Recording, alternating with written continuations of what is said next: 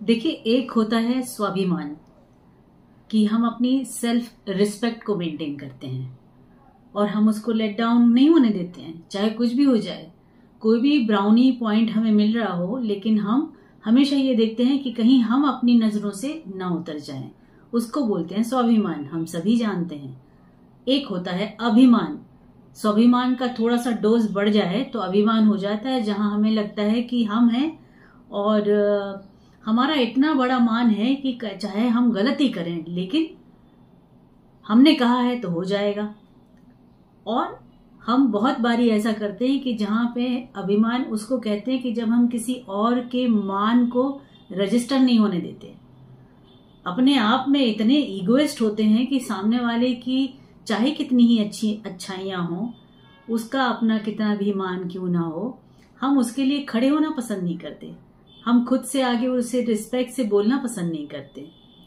और इससे ज्यादा डोज अगर बढ़ जाता है अभिमान का तो क्या होता है और हमारी जिंदगी को कैसे तहस नहस करता है, आज हम उसकी बात करेंगे। तो सबसे पहले तो नमस्ते आप सभी को, और नमस्ते के साथ साथ आप बड़ों को आदर सत्कार, छोटों को प्यार और आशीर्वाद। हम जुड़े हुए हैं और हम एक दूसरे से वही बातें करते हैं जो जिंदगी में बहुत जरूरी होती हैं।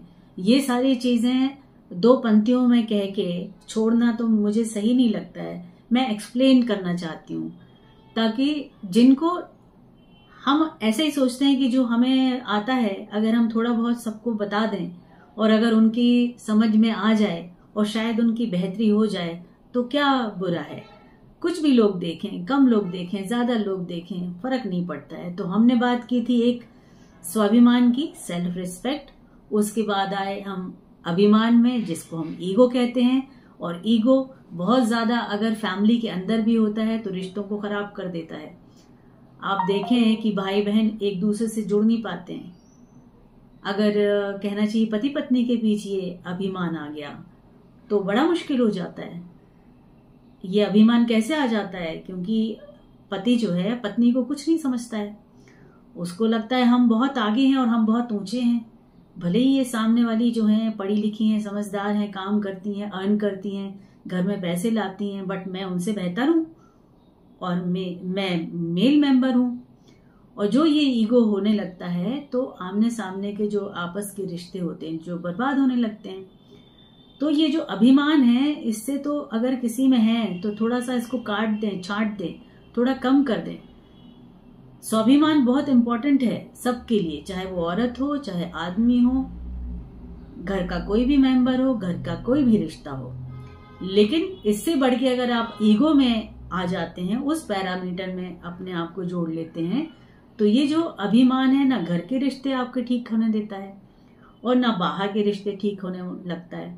क्या होता है कि जब आप बहुत अभिमानी हो जाते हैं और आप अपने दोस्तों में जुड़ते हैं और अचानक पहुंच जाते हैं, सबको पता लगता है कि आ गए हैं, घमंडी आ गए हैं, इनसे कुछ भी कह लो ये मानने वाले नहीं है, क्योंकि इनने जो बात कह दी है वो एकदम, ये अगर इनको हर्ट हो गया तो ये ईगो में ले लेंगे। और अब जो तीसरी कैटेगरी होती है, जो सेल्फ रिस्पेक्ट की डोज खाई हुई जिसमें अभिमान भी है, ईगो भी है, और उससे ज्यादा कहना चाहिए कि करेला और नीम चढ़ा, जिसमें ये सारी चीजों के साथ साथ एक और टेम्परामेंट होता है जिसको हम कहते हैं खुद परस्ती, जिसमें नार्सिसिस्टिक बिहेवियर होता है, जो किसी की बात को तूल ही नहीं देता है। वो इतना ईगोइस्ट होता है, अब उसको सेल्फ रिस्पेक्ट बिल्कुल नहीं कहेंगे, और वो खुद परस्त है। खुद परस्त यानी कि खुद मैं सही, मेरे अलावा कोई सही नहीं, सामने वाला हमेशा ही गलत है, मैं जैसा कहूंगा वैसे करूंगा, मुझे जैसा चाहिए वैसा ही मुझे आपको करके देना होगा। आप भले ही कितना सही है, मुझे सही चाहिए ही नहीं, मुझे वैसा ही चाहिए जैसा मुझे चाहिए। मैं अगर 50% भी करेक्ट हूं, आप 100% भी सही हैं, उससे मुझे कोई मतलब नहीं है। मुझे अपना 50% इज द बेस्ट, वो 200% करेक्ट है। तो ऐसे जो लोग होते हैं जिनको खुद परस्त कहते हैं, जो नार्सिसिस्टिक बिहेवियर के होते हैं, जो बहुत फुल ईगो से भरे हुए होते हैं, अगर वो आपकी जिंदगी में आ जाएं तो समझ लीजिए आपकी जिंदगी तबाह है। आप इनको खुश नहीं कर सकते हैं। आप कितना भी इनको प्यार से बात करें, कितना भी इनकी बातें सुने, कितना भी इनको फॉलो करने की कोशिश करें, शांत करने की कोशिश करें, ये पल में शोला होंगे, पल में माशा होंगे, कब उखड़ जाएं, कब मार दें, कब उठा के चीज फेंक दें, कब किसको नुकसान पहुंचा दें, किसको लेट डाउन कर दें। इनके सामने कोई नहीं है, बस मैं हूं, यहां से वहां तक, जमीन से आसमां तक, बस मैं हूं। तो जो ऐसे लोगों के साथ जी रहे हैं उनको ना बहुत ही बैलेंस बना के रखना होगा, क्योंकि आप कभी ऐसे रिश्ते में होते हैं जहां पे आप छोड़ नहीं सकते। और ये जो कैरेक्टर होता है, जो ये तरबियत के कैरेक्टर होते हैं, जो किरदार होते हैं, ये धीरे धीरे धीरे धीरे पनपते हैं।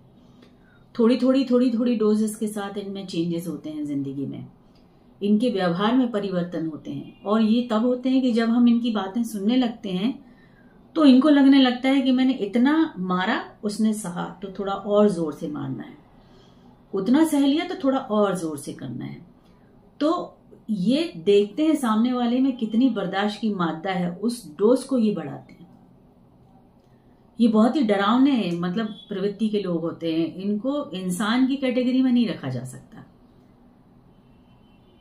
इनसे तो जितना अगर आप ऐसे रिश्ते में हैं कि जितना कम इनके सामने जाएं, जितना कम इनसे बात करें, बहुत ही टेक्टफुली इनको हैंडल करना होता है। क्योंकि अगर आपके रिश्ते में ये घनिष्ठ हैं और आप इनको निकाल के फेंक नहीं सकते, तो जीना ही है, इनके साथ जीना ही पड़ेगा। तो कैसे जीना है?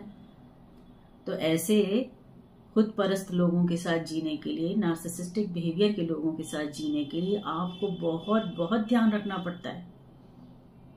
एक तो इनके ईगो को हर्ट होने दिया आपने और इनकी बात को कट कर दिया आपने, और एक कहीं सजेशन आपने दे दिया। मत दीजिए सजेशन इनको, किसी तरीके का सजेशन देने के लिए सही नहीं है। ये गड्ढे में गिर रहे हैं ना, तो इनको गिरने दीजिए। ये गिरने के बाद ही संभलने वाले हैं। इनको सचेत मत कीजिए, आप इनको बोलिए मत किया आपने गलत किया है। ये जो कर रहे हैं इनको करने दीजिए, गिरने दीजिए, चोट खाने दीजिए, हर्ट होने दीजिए, ये तभी सुधरते हैं। तो ऐसे लोगों के साथ अगर आप जी रहे हैं तो अपने आप को पहले संभालिए, बाद में इनको देखिए। खुद को सेफ रखिए, बाद में इनकी सेफ्टी देखिए।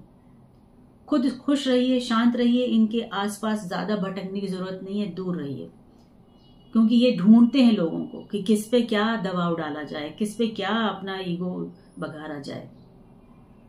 तो इन लोगों से सतर्क रहना है और इनके जैसे बनने की कोशिश भी नहीं करना है कि उन्होंने कुछ कहा तो आप सोचेंगे कि कब तक सहें। आप अगर ऐसा करके कुछ करने की कोशिश करेंगे ना, ये आपको नुकसान पहुंचा देंगे, क्योंकि इनका दिमाग खिसका हुआ होता है। ये कुछ भी कर सकते हैं, ये किसी को हर्ट भी कर सकते हैं, और किस लेवल पे करेंगे हमें पता भी नहीं चलेगा। बाद में ये रोएंगे, ये अपना सर फोड़ेंगे, क्योंकि इनको खुद पता नहीं है कि इनके दिमाग में कितना इन्होंने फितूर पाल रखा है ईगो का। तो ऐसे लोग अगर आपकी जिंदगी में हैं तो बराए मेहरबानी कोशिश करिए इनसे भिड़ना ही नहीं है। किनारा लेके, पगडंडी लेके चलिए अपनी जिंदगी में। इनके मेन रास्ते में जाना ही नहीं, इनके साथ में जाना ही नहीं है, ना इनको सिखाना है। ठीक है, तो ये आज जिंदगी में 3 लोगों के बारे में हमने बताया, और तीनों लोग हमारे ही घरों में पाए जाते हैं जिनके साथ हमें रहना है और हम रहते हैं। तो पहली कैटेगरी आप अपने लिए रखिए, सेल्फ रिस्पेक्ट की। वो किसी के सामने नहीं खोना है, चाहे कोई हो। सेल्फ रिस्पेक्ट मांग की नहीं ली जा सकती है, आपको अपने आप मेंटेन करनी होती है, और ये सबके सामने आपको अब खुद को बचाते हुए मेंटेन करनी है। स्पेशली ऐसे लोगों के साथ जो आपके साथ 3rd डिग्री का काम करने वाले हैं, उनसे तो बच के रहिए। ठीक है, तो ये चीजें आप ध्यान रखिए, और सही लगे तो टिप्पणी कीजिए, कमेंट कीजिए, शेयर कीजिए, लाइक कीजिए, और जुड़े रहिए। हम अगले सेशन में कुछ अच्छी बातें करेंगे, और अगर आपका कोई प्रश्न है तो भेजिए आप, मैं उसका उत्तर देने की कोशिश करूंगी। ठीक है, गॉड ब्लेस यू, नमस्ते।